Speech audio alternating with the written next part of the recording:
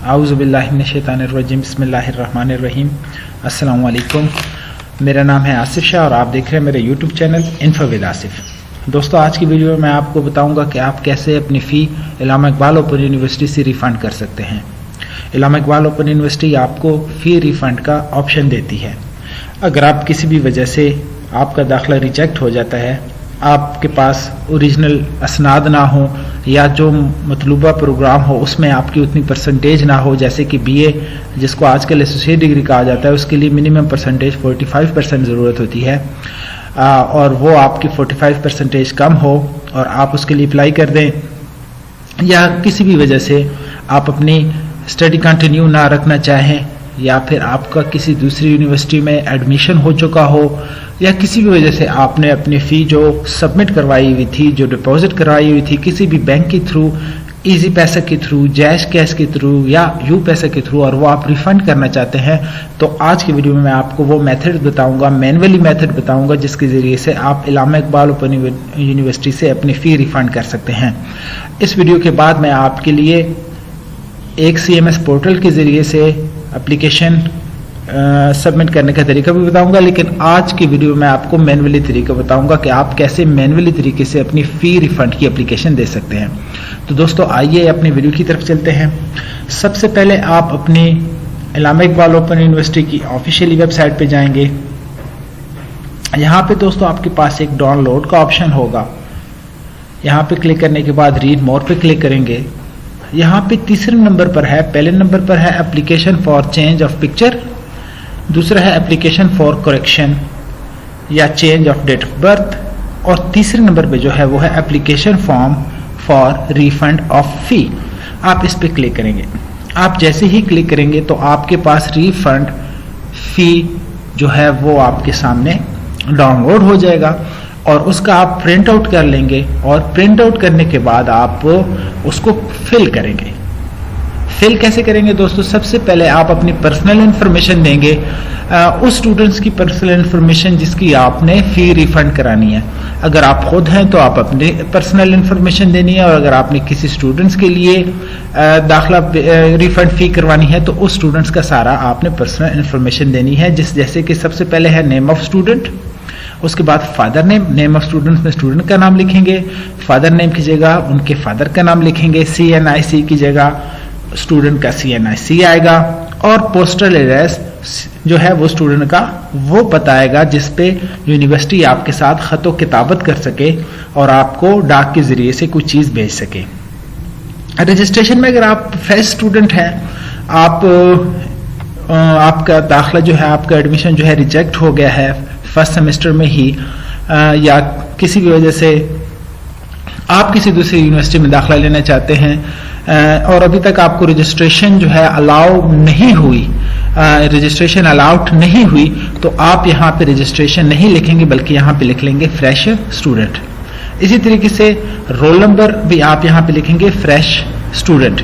और अगर आप दूसरे, तीसरे या चौथे सेमेस्टर के स्टूडेंट्स हैं, यानी कंटिन्यूअस स्टूडेंट्स हैं, तो यहाँ पे अपना रजिस्ट्रेशन नंबर जो आपको अलॉट हुआ है वो लिखेंगे, और यहाँ पे जो आपका रोल नंबर आपको अलॉट हुआ है वो लिखेंगे।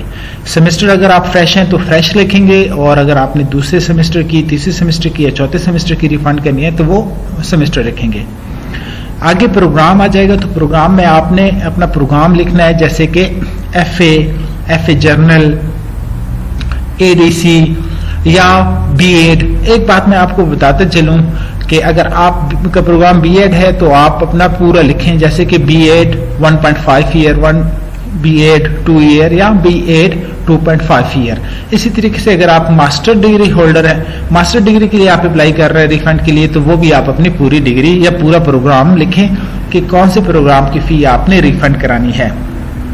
यहाँ पे लिखेंगे फ़ी डिपॉजिट RS जितनी आपने डिपॉजिट कराई थी, डिपॉजिट डेट जिस डेट को आपने डिपॉजिट की थी, चालान की जगह आपने जिस चालान के थ्रू फी जमा कराई हुई थी वो चालान फॉर्म यहाँ पे आपने लिखना है। बैंक, ब्रांच एंड नेम, फर्ज करें आपने किसी बैंक में फी जमा कराई है तो आप उस बैंक का नाम लिखेंगे, और अगर आपने जैज़ कैश, इजी पैसा या यू पैसा के जरिए से फी जमा कराई है तो आप वो यहाँ पे लिखेंगे। जैसे जैज़ कैश के जरिए लिखी है तो जैज़ कैश लिखेंगे, इजी पैसा के जरिए है तो इजी पैसा, और अगर यू पैसा के जरिए की है तो यू पैसा आप लिखेंगे। कॉन्टैक्ट नंबर यहाँ पे उन्होंने ऑप्शनल लिखा है, लेकिन आप अपना कॉन्टैक्ट नंबर लाजमी लिखें। ये ऑप्शनल नहीं होता, ये बहुत जरूरी होता है, क्योंकि कभी कभार यूनिवर्सिटी को आपके साथ कांटेक्ट करना पड़ता है तो आपका नंबर उनके पास होना जरूरी है। ईमेल एड्रेस अगर आपका नहीं है तो उसकी कोई जरूरत नहीं, ये ऑप्शनल होता है, आप लिखें ना लिखें इससे कोई फर्क नहीं पड़ता।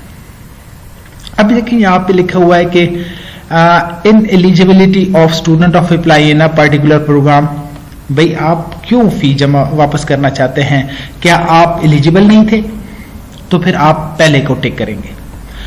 और अगर आप एडमिशन इन अदर इंस्टीट्यूट, अगर आपने कहीं और इंस्टीट्यूट में एडमिशन ले लिया या किसी और यूनिवर्सिटी में, तो आप दूसरे पे टिक करेंगे। Student does not wish to continue his her study, या अगर स्टूडेंट अपनी पढ़ाई को किसी भी वजह से जारी नहीं रखना चाहता या रखना चाहती तो वो थर्ड पे क्लिक करेगी।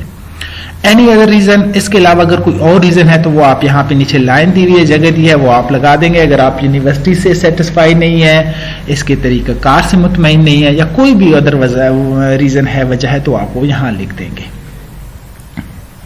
उसके बाद आप नीचे जाएंगे, यहाँ पे डेट लिखेंगे, जिस डेट को आपने ये फॉर्म फिल किया। यहाँ पे स्टूडेंट के साइन होंगे जिस स्टूडेंट की फी रिफंड करवानी है। उसके बाद ये वाला जो ऑप्शन है ये आपने बिल्कुल खाली छोड़ देना है, इस पे आपने बिल्कुल भी कुछ नहीं लिखना और इसको आपने एज इट इज ही छोड़ देना है। नीचे है please paste your challan here, वो वाला चालान जिसकी मदद से आपने अपनी फी जमा कराई थी, वो चालान आप यहाँ पे क्या कर देंगे, पेस्ट कर देंगे, जिसपे बैंक की बाकायदा मोहर और सिग्नेचर होंगे।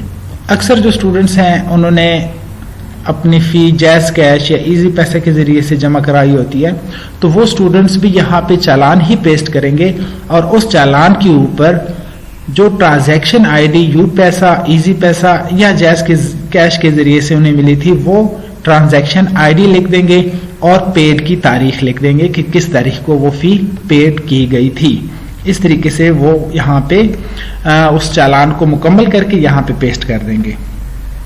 बहुत ज़रूरी चीज़ नीचे कि कौन कौन सी इंस्ट्रक्शन है, कितनी फीस आपकी वापस होगी और कितने अरसे तक आपकी फीस वापस होगी। तो उसके लिए सबसे पहले यहाँ पे लिखा हुआ है refund will be made after a deduction of 10% of a total fee in case of a students applicant do not wish to continue his study to applied course. अगर स्टूडेंट्स एलिजिबल होता है उस कोर्स के लिए और उस पर किसी किस्म का ऑब्जेक्शन नहीं होता, लेकिन उसके बावजूद वो अपनी स्टडी कंटिन्यू नहीं रखना चाहता, तो उसकी जो टोटल फी होगी उस पर 10% की कटौती होगी। मैं आपको मिसाल ये दे देता हूँ कि जैसे आपके हर 100 रुपए पे 10 रुपए यूनिवर्सिटी अपने पास रख लेगी और 90 रुपीज आपको वापस कर देगी। इसी तरीके से उन स्टूडेंट्स पे जिन पे किसी भी किस्म का कोई भी एलिगेशन लगाओ, उसको मतलब उनकी जो एप्लीकेशन है वो रिजेक्ट हुई हो, तो उनसे जो फी है उसका 15% डिडक्ट होगा और यानी उनको 100 में से 15 रुपए यूनिवर्सिटी काट लेगी और 85 रुपीज उसको वापस करेगी।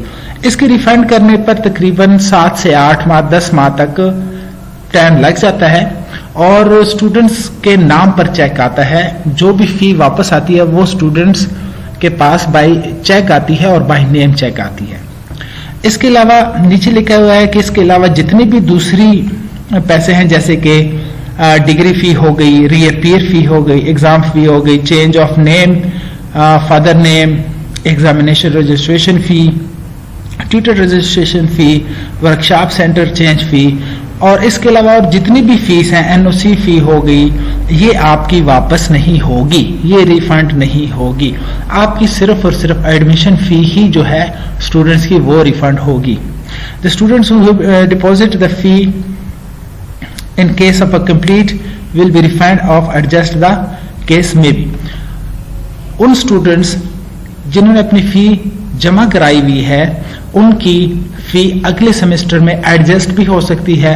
अगर आप कहते हैं कि मैं फिलहाल ये सेमेस्टर कंटिन्यू नहीं रखना चाहता और मेरी ये फीस नेक्स्ट सेमेस्टर में एडजस्ट हो जाए, तो वो भी हो जाता है। तमाम चीजें मुकम्मल करने के बाद अपनी आईडी कार्ड कॉपी, अपने फादर आईडी कार्ड कॉपी लगाकर आपने इस फॉर्म को जब प्रिंट आउट करने के बाद, फिल करने के बाद उसके साथ अपनी आईडी कार्ड कॉपी लगानी है, अपने फादर की आईडी कार्ड कॉपी लगानी है। और बाकी अगर आप दूसरे या तीसरे चौथे सेमेस्टर के स्टूडेंट हैं तो आप अपने रिजल्ट्स की भी साथ कॉपीज लगा दें और इस एड्रेस पर जो नीचे दिया हुआ है इस पे आप इसको बाय पोस्ट भेज दें। इंशाल्लाह आपकी 7-8 महीने तक आपकी फी रिटर्न हो जाएगी और आपके पोस्टल एड्रेस पे आपका चेक आपको रिसीव हो जाएगा। उम्मीद करता हूँ आज की वीडियो से आपको बहुत कुछ सीखने को मिला होगा। इंशाल्लाह अगली वीडियो में आपको ऑनलाइन फी रिफंड करने का तरीका बताऊंगा। तब तक के लिए इजाजत चाहता हूँ। अस्सलाम वालेकुम।